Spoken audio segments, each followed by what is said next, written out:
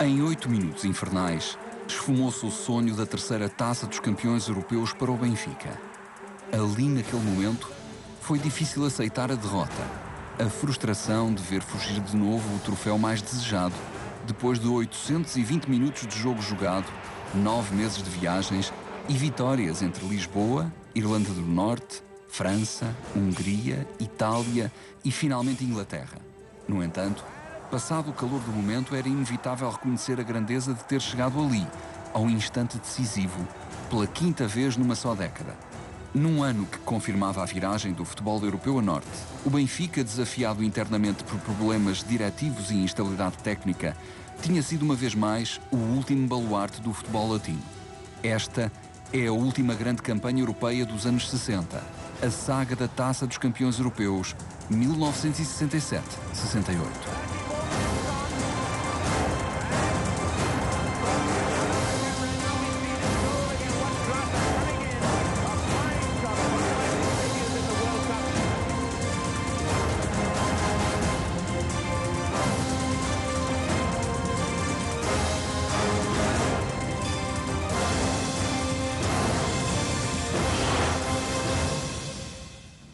De setembro de 1967, Oval Stadium, em Belfast.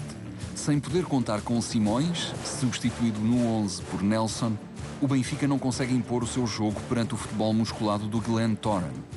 Aos 10 minutos, na conversão de uma grande penalidade, os irlandeses chegam à vantagem e galvanizam-se ainda mais. Só por volta da meia hora, os encarnados começam a aproximar-se com algum perigo da baliza adversária. O árbitro assinala nova grande penalidade, desta feita a favor do Benfica, mas Jaime Graça desperdiça. Só Eusébio acabará com o sofrimento a 5 minutos do fim. 1-1 é o resultado possível. Não foi a estreia sonhada, mas aquele golo poderia ditar a sorte da eliminatória.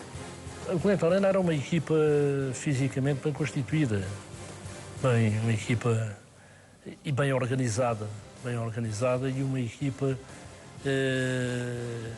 rebarbativa, ou seja, uma equipa que não voltava a cara à luta e que ia sempre buscar nos argumentos dificuldades que nos colocavam. E lembro perfeitamente de que o resultado foi 1-1, embora nós estivéssemos todos bem e houve jogadores que perderam algumas oportunidades de marcar. Era um futebol que se considerava que nem era profissional. E a verdade era semi-profissional, os jogadores até tinham emprego, não viviam só do futebol. Portanto, os clubes da Irlanda não viviam apenas em exclusivo do futebol, os jogadores não viviam em exclusivo do futebol. O Glen Toran é uma equipa que era desconhecida, uma equipa da Irlanda do Norte que era desconhecida, e ficámos surpreendidos com essa equipa. Mas resolveu-se, contendo por o empate 1-1 lá, deu-nos garantias depois para o jogo da segunda mão. Em 1967-68, o Benfica apostava forte no regresso à Taça dos Campeões depois de um ano de ausência, o único em toda a década. No entanto, tinha sentido dificuldades inesperadas diante do modesto Glen Toran, talvez um reflexo da instabilidade que vivia internamente. Adolfo Vieira de Brito tinha regressado há pouco à presidência do clube e já enfrentava a primeira polémica. O treinador Fernando Riera e os próprios jogadores, pela voz de António Simões, queixavam-se de salários e prémios de jogo em atraso. Veríamos o que seria mais forte, se o mal-estar interno, se a qualidade de uma equipa de reputação internacional.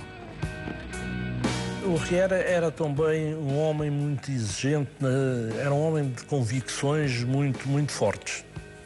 E creio que essa exigência foi resultante de um desentendimento com a direção. Que eu creio que havia uns prémios em atraso.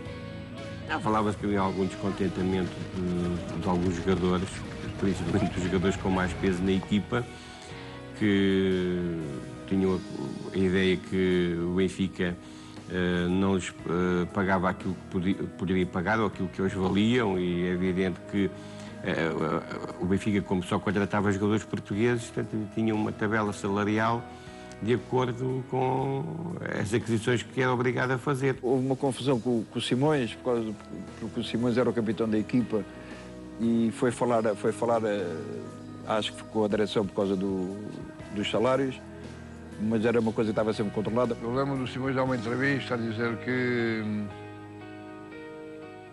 que o Mamotis tinha uma caixa registradora na cabeça, se não queria aumentar, era só... O passar das semanas parecia confirmar a ideia de que a classe do plantel ia suplantar os diferentes com a direção. O Benfica vence as 4 primeiras jornadas do campeonato.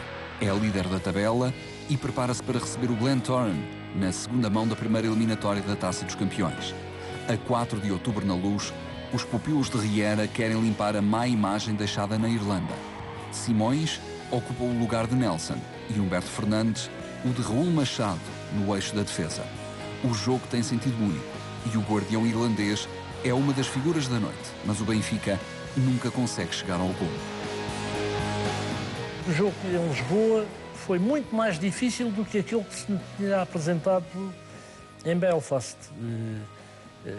Em Lisboa empatámos 0-0 e foi o gol que marcámos já no dialbar da partida que nos deu a vantagem para continuarmos na Taça dos Campeões Europeus. Aquilo que se pensaria que seria uma eliminatória acessível não foi. O Benfica conquista a passagem à eliminatória seguinte pelos golos marcados fora.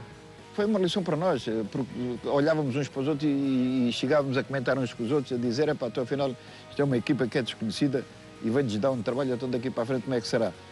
As equipas mais fracas agora saem, começam a aparecer as grandes equipas e depois como é que é. Então, e penso que foi uma lição muito grande para a gente, porque nos deu mais a termos que ser mais humildes e a encarar os jogos todos como eles têm que ser encarados, que é para ganhar, e o Benfica foi por isso, para ganhar. O 0-0 final deixa os espectadores confusos. Muitos vão para casa sem perceber ao certo se o Benfica tinha passado, ficado pelo caminho ou se haveria lugar a um jogo de desempate. A verdade é que aquele era o primeiro ano em que se aplicava a fórmula que dura até hoje. Em caso de empate, passa quem tiver feito mais golos fora. Ou seja, o gol de Eusébio na Irlanda do Norte valia a passagem do Benfica aos oitavos de final da Champions. Sem brilho, sem dúvida, mas desejavelmente com a lição aprendida. Este era um ano especial para o futebol europeu. Depois de as equipas latinas terem dominado totalmente as 11 primeiras edições da Taça dos Campeões, o futebol anglo-saxónico ameaçava pôr termo ao monopólio. O Real Madrid tinha vencido as 5 primeiras edições, o Benfica as 2 seguintes, o Milan, uma, o Inter, 2 e o Real regressou em 1966 para levar a 6ª taça. Em 67, no entanto, o Celtic da Escócia foi o vencedor surpresa. Que aconteceria agora na 13ª edição da prova? Os britânicos confirmavam a mudança de paradigma, ou os latinos viriam dizer que a vitória do Celtic não passara de um acidente. A verdade é que, cumprida a primeira eliminatória, o campeão Celtic já tinha ficado pelo caminho. Restavam 16 equipas e, entre elas, 4 favoritos. Os eternos Benfica e Real Madrid, a Juventus, representante de um futebol que já levara a taça por 3 vezes, e o Manchester United, que reunia a fina flor do futebol britânico, que ainda 2 anos antes ganhara o Mundial de Seleções. Quem venceria? Era preciso esperar por maio para saber. Por agora, estávamos ainda no começo de outubro e vinha aí o segundo adversário do Benfica, o Saint-Étienne. Desta vez o Benfica começa a eliminatória em casa.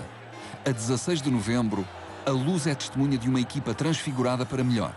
O campeão francês não era uma equipa qualquer e os anos seguintes haveriam de confirmá-lo, mas os encarnados rubricam uma exibição convincente e chegam à vantagem com naturalidade.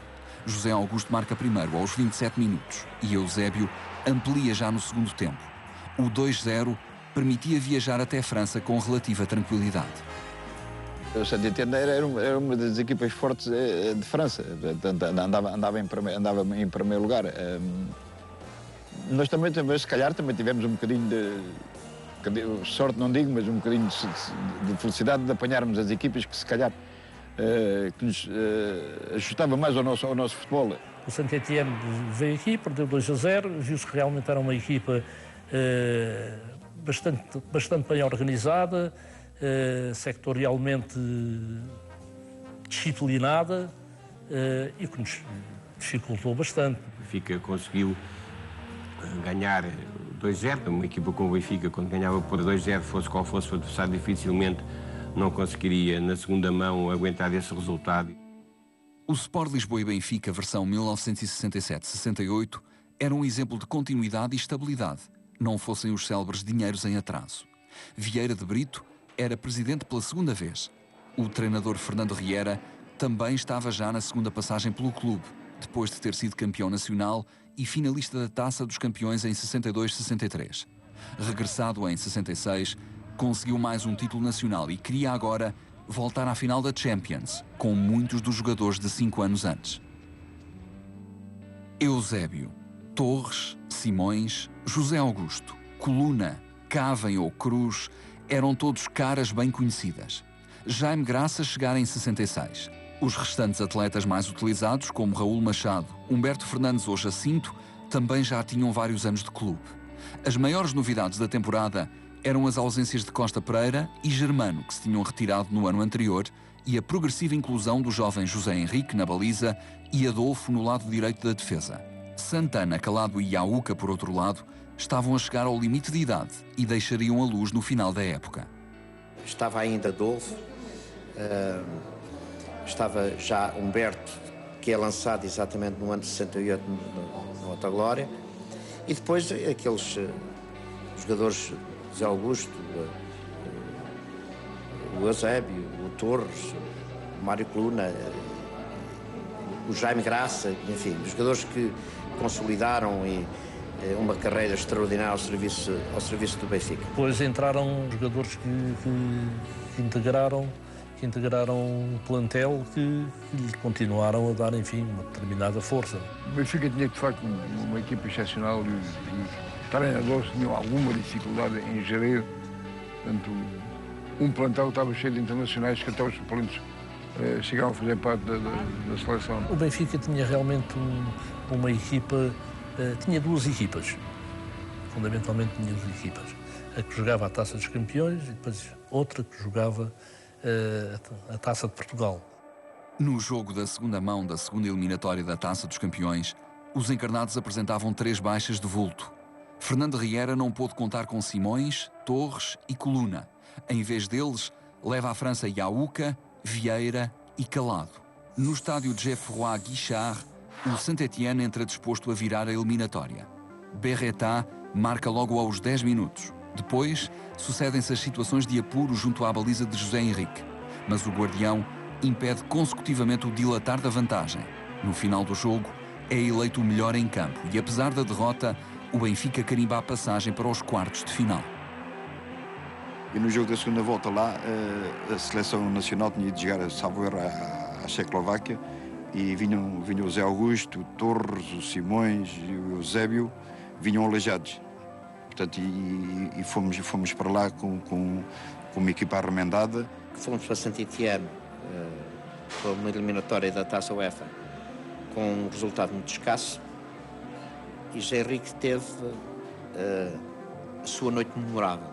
Não foi apenas a sua noite de glória, porque ele teve muitos dias e muitas noites e muitos jogos de glória, mas há sempre um momento na vida de todos nós que nos marca profundamente, e esse foi a noite e o momento de José Henrique. O José Henrique, nessa noite, foi um guarda-redes espetacular. Com uma exibição extraordinária, José Henrique, em que defendeu tudo e mais alguma coisa.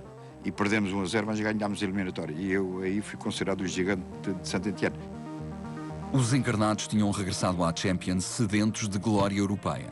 Não se apresentavam com o brilhantismo de outros anos, mas estavam já entre as 8 melhores equipas do ano, a par de Juventus, Manchester United e Real Madrid. O sorteio dos quartos de final é favorável à equipa da Luz, colocando-a diante do Vasas da Hungria. Os jogos só seriam disputados em março. Porém, Fernando Riera já não estaria à frente da equipa nessa altura. Logo após regressar de França, a direção decide acabar de forma radical com o diferendo que a opõe ao técnico. Castiga-o com 3 anos de suspensão, sem poder trabalhar na Luz. O Mr. Riera fez o último jogo, acho que foi nos quartos finais com o Saint-Étienne, em ganhámos aqui 2-0 e perdemos lá 1-0, e foi aí que o Riera foi-se embora. O Riera acabou por sair do clube, não por ter perdido jogos, mas porque a equipa jogava um pouco, quando o resultado estava feito, 2 golos, parava um bocado. O Fernando Cabrita, que era o adjunto dele, é quem assume o comando da equipa. A mudança também não foi muito grande, porque o Fernando Cabrita já trabalhava há muitos anos no Benfica e já tinha trabalhado com muitos treinadores e, portanto, já sabia também o que é que a equipa do Benfica valia e o que é que a equipa do Benfica, qual eram os objetivos da equipa do Benfica. A questão dos salários e prémios de jogo em atraso acabaria por resolver-se até final do ano. Ainda em dezembro, o próprio Simões renova contrato com o clube, mas o conflito já tinha feito uma vítima. Riera parte para o Chile, apesar de ter deixado a equipa nos quartos de final da Taça dos Campeões, nos oitavos da Taça de Portugal e na liderança do campeonato, embora repartida com o Porto. O adjunto Fernando Cabrita é chamado a assumir o comando da equipa. O horizonte encarnado torna-se subitamente incerto. O Sr. Fernando Cabrita foi sempre uma pessoa que incutia nos jogadores sempre muito trabalho, porque ele também era um treinador que trabalhava bem e muito. É uma pessoa também muito capaz, também muito profissional. O Fernando Cabrita foi foi um duro, um dos chamados duros. Já o era como jogador e continuou a ser como treinador. Com Cabrita, a equipa parece recuperar a alegria de jogar, mas perde a liderança do campeonato. Passam dezembro, janeiro e fevereiro, e após a 18ª jornada, o Benfica é segundo a 2 pontos do Sporting. Agora, a 6 de março, o técnico português ia ter a estreia absoluta na Taça dos Campeões. O Vazas recebia o Benfica no NEP Stadion, o Estádio do Povo, em Budapeste. O futebol não tem fronteiras. Num tempo em que a Europa está dividida em duas pelos regimes capitalista e comunista, o Benfica vai ao lado de lá da cortina de ferro defrontar uma equipa húngara, num jogo arbitrado por um juiz da Alemanha Ocidental. Políticas à parte, Fernando Cabrita aposta num 11 de contenção com José Henrique na baliza. Raul, Humberto, Cruz e Adolfo definitivamente lançado na lateral direita em vez do veterano Cavem, e com Jacinto a subir do eixo da defesa para dar mais consistência ao meio-campo liderado por Coluna. Na frente, o quarteto mágico habitual. José Augusto e Simões nas alas, Torres e Eusébio ao centro. Os encarnados conseguem sempre controlar o ritmo da partida e, no final, saem da Hungria com um precioso empate a 0. Foi a primeira vez que eu vi nevar na minha vida. Quando chegámos a Budapeste estava a nevar e estava um dia cinzento, um dia frio com a neve e assustou-nos um bocadinho. O futebol húngaro foi sempre um futebol de eleição. Foi sempre um futebol de qualidade técnica, de uma escola com princípios de futebol bastante evolutivos. O Vazas tinha uma grande equipa, portanto havia uma transação também ali naquele clube, onde é que eles também eram sempre campeões, foram durante anos campeões e tinha uma grande equipa, tinha grandes jogadores. Mas depois também tivemos a sorte no jogo de não nevar. Em Budapeste, portanto, eu achei que o Vazas não estava com muita crença e não acreditou muito que conseguisse dar a volta. E o Vazas era portanto, era uma equipa que jogava futebol, preocupava-se em jogar futebol, era uma equipa que não era agressiva. Praticava o seu futebol, aquele futebol, como eles chamavam, magiar, e pronto, entregaram-se ao jogo, não com muita fúria, não com, como normalmente os latinos fazem nos primeiros 20 minutos, quando têm a eliminatória em desvantagem, e a gente acabou por jogar tranquilos. Antes do reencontro com o Vazas, o Benfica ultrapassa mais um adversário no campeonato, o suficiente para apanhar o Sporting na liderança. Era um tónico importante para a segunda mão dos quartos de final da Taça dos Campeões. A 14 de março, no ambiente das grandes noites europeias da luz, Eusébio e os companheiros dão um recital. A primeira parte passou sem golos, mas o público pressentia que poderiam acontecer a qualquer momento. No segundo tempo, Eusébio só precisa de 3 minutos para marcar o primeiro. Aos 67 faz o segundo. Aos 75, Torres fecha a contagem. O grande Benfica estava de volta e seguia em frente rumo às meias finais. Aqui na Luz foi fácil. Foi relativamente fácil. Estava-se a pensar que o Vazas também era um obstáculo bastante difícil. À partida foi, mas depois deixou de ser. Porque a gente teve um jogo muito conseguido e fizemos 3 golos na Luz. O Benfica superiorizou-se isso tudo e conseguimos, com o empate lá, com a vitória de cá, passarmos depois às meias finais, que apanhámos a Juventus. A 13ª edição da Taça dos Campeões tardava em fazer luz sobre o grande mistério. Quem era melhor, latinos ou britânicos? As 4 equipas ainda em prova correspondiam precisamente aos 4 favoritos que se tinham perfilado depois da eliminação do Celtic: Benfica, Real Madrid, Juventus e Manchester United. 3 vinham do sul do continente. Apenas uma tinha origem mais a norte. Mas quem chegaria ao fim? Para já, o sorteio dita um confronto entre os campeões espanhol e inglês e outro entre os campeões português e italiano. Contudo, mais uma vez, quando chegasse a hora do primeiro jogo, já o Benfica teria outro treinador. Era coisa raramente vista para os lados da Luz. 3 técnicos numa só época. Depois da terceira e última derrota no campeonato, 2-0 no terreno da CUF, Fernando Cabrita era substituído por Otto Glória. Estávamos já em abril. Cabrita deixava o Benfica em segundo, novamente a 2 pontos do Sporting, nos quartos de final da Taça de Portugal e nas meias da Taça dos Campeões. À instabilidade técnica, juntava-se agora a diretiva. Adolfo Vieira de Brito, menos de um ano depois de ter regressado à presidência, decide não se recandidatar. O Benfica ia ter de enfrentar os 2 últimos meses da temporada por sua conta e risco, que é, como quem diz, apoiado nos adeptos, no talento de uma equipa extraordinária e na liderança de um técnico histórico, Otto Glória, o homem que 10 anos antes colocara o clube na esteira do sucesso internacional.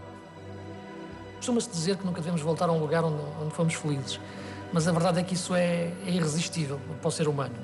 No futebol também é um pouco isso que acontece. Quando pensamos num treinador ou num jogador que nos fez feliz, nós imaginamos sempre aqueles tempos. Se é possível fazê-lo regressar, nos jogadores é impossível, porque a idade passa, mas num treinador é possível fazê-lo regressar, porque continua em atividade. E foi um pouco isso que aconteceu com o Otto Glória. Depois de ele ter passado pelo Porto, depois de ter passado pelo Sporting, onde foi campeão, e para além disso, ter passado pela Seleção Nacional. Portanto, o Otto Glória que chega ao Benfica na segunda fase é um Otto Glória já de uma dimensão mundial. Fazer regressar o Otto Glória, que tinha estado no Benfica nos anos 50, tinha organizado o futebol, tinha estado também ao serviço da seleção e com bons resultados no Mundial de 66. Muitos dos jogadores do Benfica ainda eram jogadores do Mundial. O Otto não foi muito exigente, estava numa fase também de fim de carreira de treinador. O Otto Glória, portanto, era um treinador que já era conhecido por alguns jogadores da altura. O caso de Zé Augusto, Torres, Eusébio, já tinham treinado com ele. Para mim era uma novidade. Eu não conhecia muito bem o Otto Glória, só a nível da seleção portuguesa, onde tinha estado no Campeonato do Mundo de 66 com ele. E achei que era uma pessoa com um tratamento, com um relacionamento ótimo perante os jogadores. E, por outro lado, havia um pouco a tentativa de desmistificar que quem regressasse ao clube pela segunda vez poderia ter alguns problemas.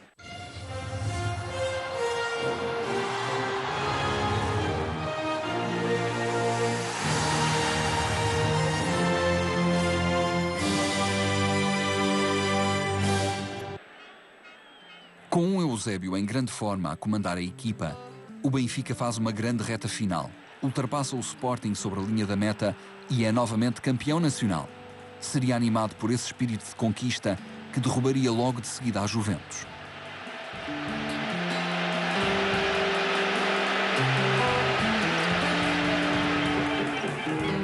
Os italianos apresentam-se na Luz fechados a 7 chaves. É o velho truque do catenaccio que o Benfica tão bem conhece. A tática funciona no primeiro tempo, com o placar a chegar ao intervalo, sem qualquer alteração. Na segunda parte, porém, os encarnados instalam-se no meio-campo adversário e não descansam até chegar ao golo. Os suspeitos do costume fazem o resto. Torres marca o primeiro aos 63 minutos. Eusébio o segundo aos 69. A Luz rejubila com este Benfica reencontrado e todos os caminhos apontam para o Wembley, o palco da final. Primeiro, no entanto, era preciso passar em Turim. O Benfica teve umas meias finais muito complicadas frente às Juventus, que tentava a todo o custo igualar as proezas do Milan e do Inter.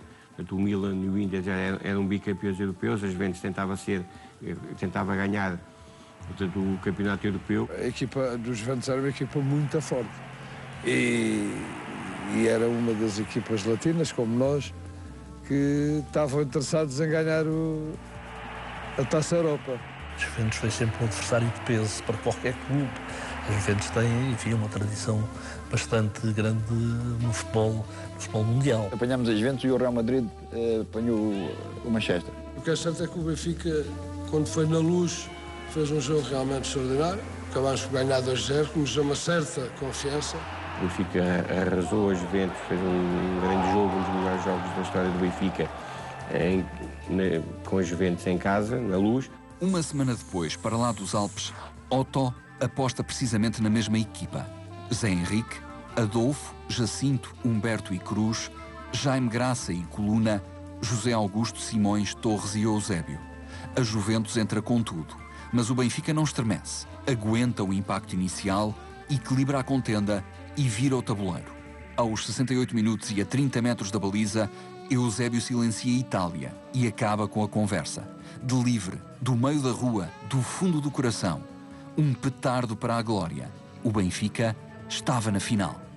Eu estava a ver, eliminando a Juventus, que é uma final da Taça da Europa. Isto num curto espaço de tempo em que eu vim para o Benfica, eu que sonhava com o Benfica e torcia para o Benfica quando ele for bicampeão e campeão europeu, isto era um sonho que dava a impressão que a gente estava mesmo a dormir. Eu estava mesmo a dormir, mas estava acordado. Em Turim, contra os Juventus, chovia que Deus a dar. Eu não sei como eu fui com a equipa, no autocarro da equipa e tal, e fui para trás da baliza da Juventus. E na segunda parte há um livro, sei lá, à vontade, 35 metros. Há um livro, portanto, um livro direto, e o jogo estava praticamente a terminar.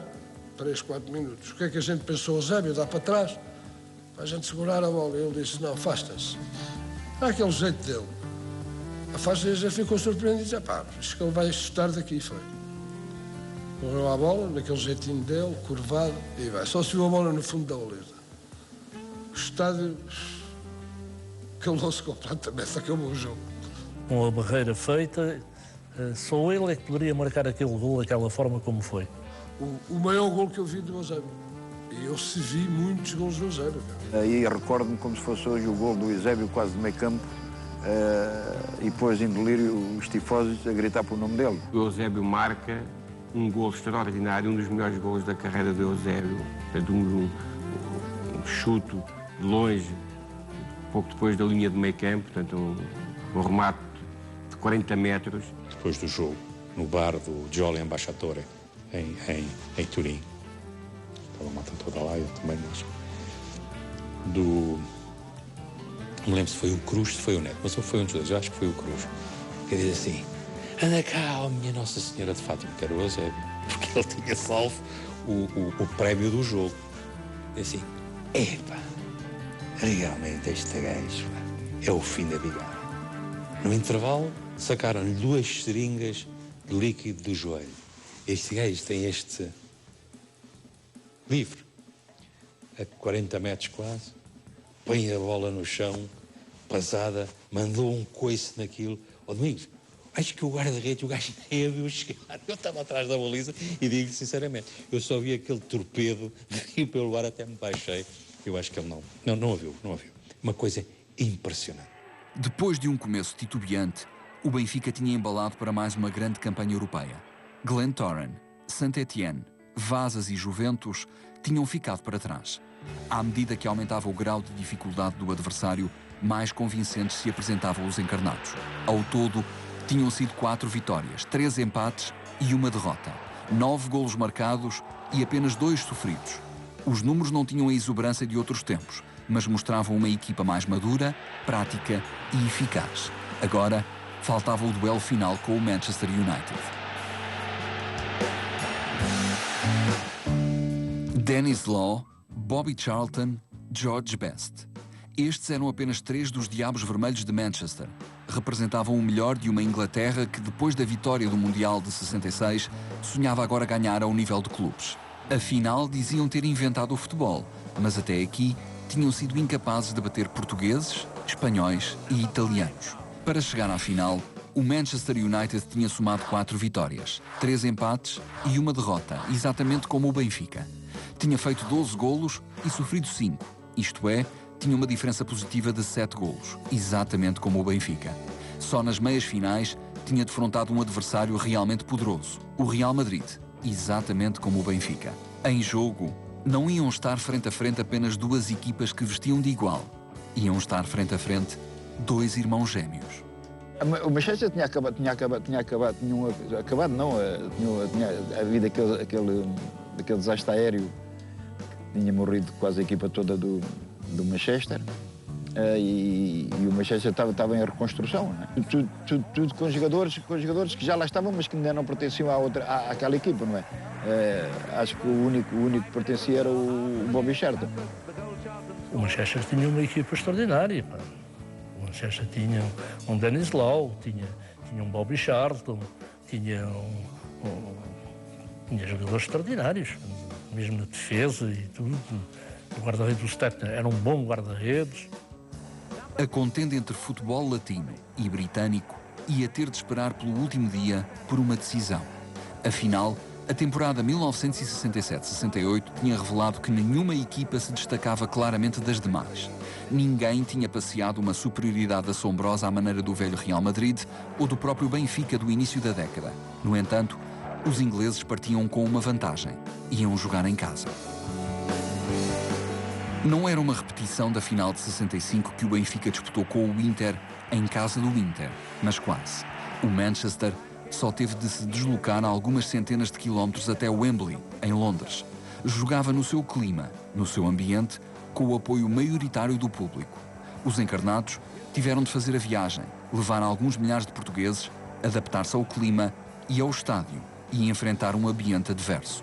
Para além disso, acresciam as mais recordações da derrota no Mundial 2 anos antes, naquele mesmo estádio.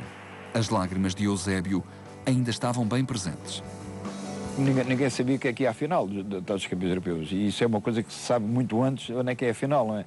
Também já fizemos uma final em Lisboa e o Benfica não foi à final, não é? Veio o Celtic, é que vai fazer ao estádio do Jamor. Portanto, é isso. Era irrelevante a gente jogar em Inglaterra, ou jogar na Alemanha, ou jogar... É uma final, a final é sempre final, tanto dá para um lado como dá para o outro. A 29 de maio de 1968, enquanto do outro lado do Canal da Mancha os estudantes reivindicavam uma revolução social, Red Devils e Diabos Vermelhos subiam ao relevado de Wembley, pelo trono do futebol europeu. Os ingleses, orientados por Matt Busby, tinham uma baixa de última hora. Denis Law, o melhor marcador, estava lesionado. Já o Benfica ia jogar com Eusébio, mas diminuído, e a poucos dias de regressar ao bloco operatório para mais uma intervenção ao joelho esquerdo. O Manchester apresenta-se com Stepney na baliza, Brennan, Foulkes, Sadler e Dunn na defesa, Crerand, o capitão Bobby Charlton e Nobby Stiles no meio-campo, Best, Kidd e Aston na frente. O Benfica, comandado por Otto Glória, alinha com a formação habitual. Na baliza, José Henrique. Depois, um quarteto defensivo composto por Adolfo, Humberto Fernandes, Jacinto e Cruz. No meio-campo, a dupla Jaime Graça e Mário Coluna, capitão. Na frente, José Augusto, Eusébio, Torres e Simões.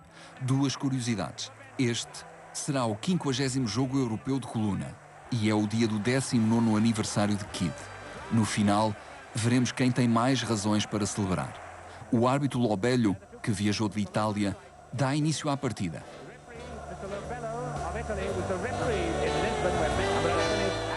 Os ingleses, motivados para ver pela primeira vez uma equipa sua na final da Champions, não se cansam de apoiar. Empolgado, o Manchester assume a iniciativa do jogo, mas sem conseguir materializar. Quanto ao Benfica, De cada vez que tenta levar a bola a Eusébio, vê o rei ser duramente castigado por Nobby Stiles. Já no Mundial tinha sido a mesma coisa. O marcador direto do Pantera Negra só o consegue parar recorrendo à falta, mas o árbitro vai fazendo vista grossa. Ao intervalo 0-0, tudo continuava em aberto. O Benfica, na final de 68, jogou com um clube inglês, Manchester, em Inglaterra, um clube poderosíssimo que tentava tudo por tudo nessa final para conseguir um feito inédito, que era ser o primeiro clube inglês a sagrar-se campeão europeu.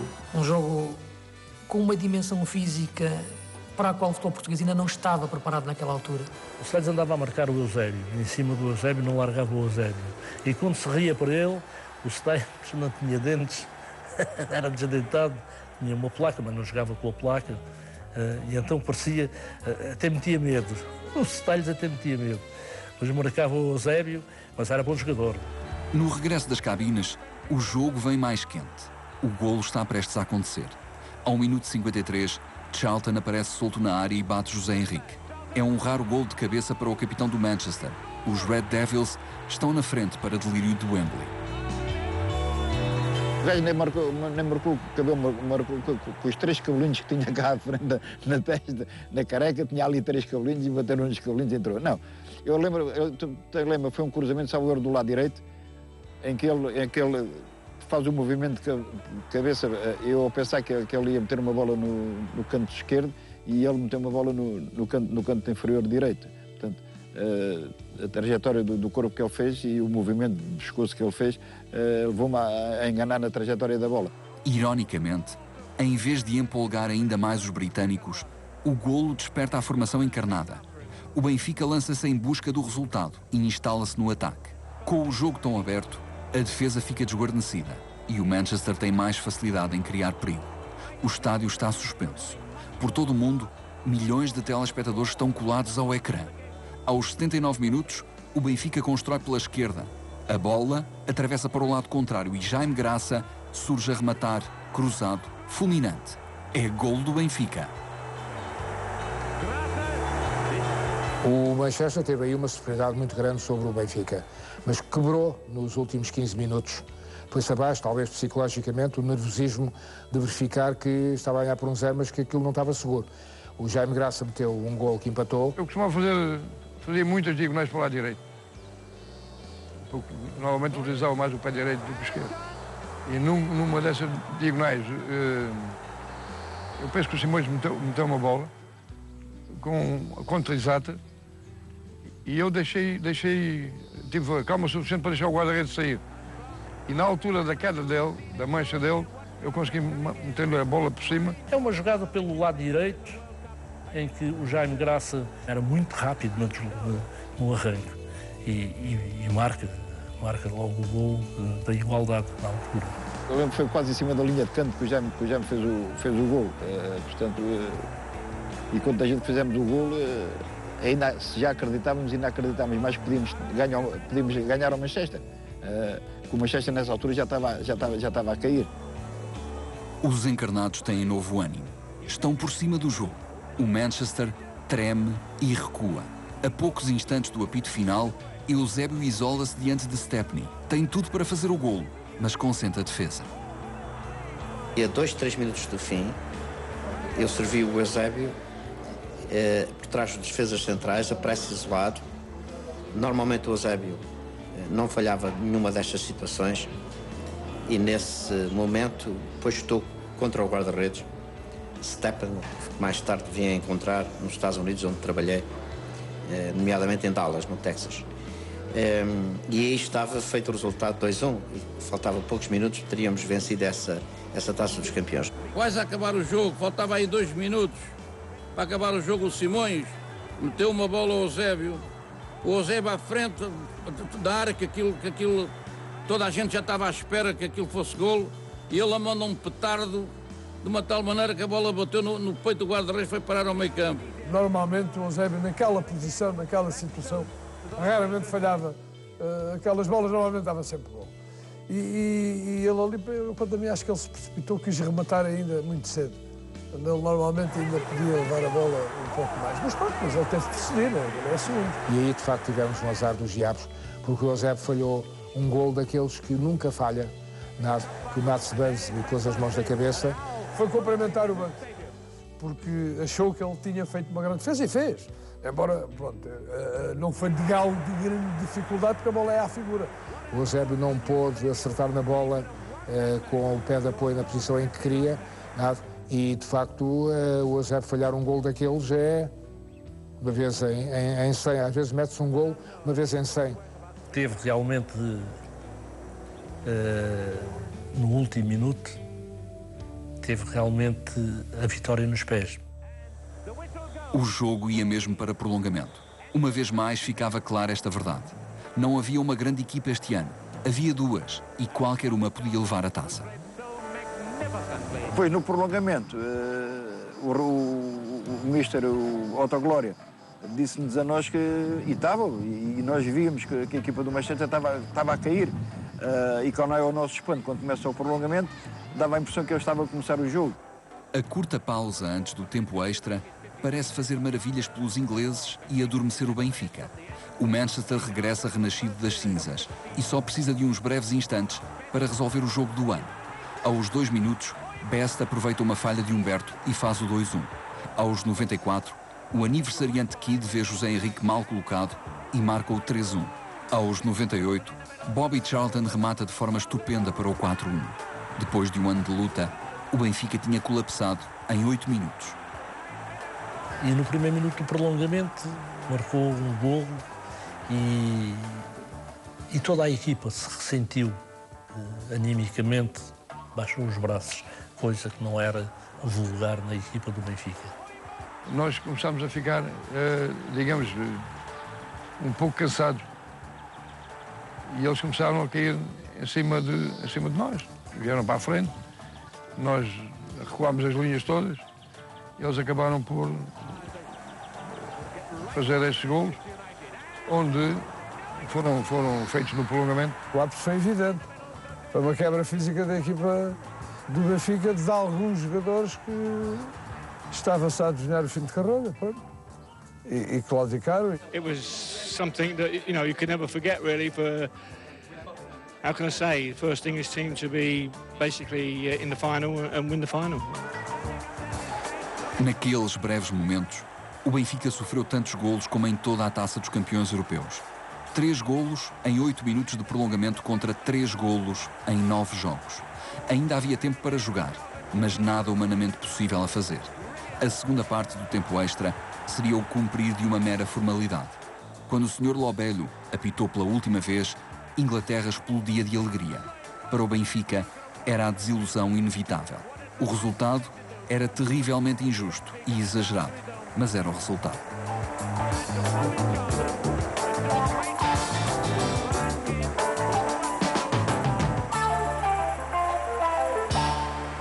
O norte da Europa tinha ganho ao sul. Os anos seguintes confirmariam a tendência. Viriam campeões europeus da Holanda e da Alemanha.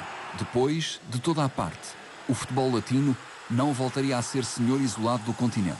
A bola, de certa forma, tornou-se ainda mais democrática. Ali, podemos concluir, acaba o grande Benfica dos anos 60, na passagem para os anos 70. É claramente uma passagem de testemunho em termos de estilo de jogo, dominante também na Europa.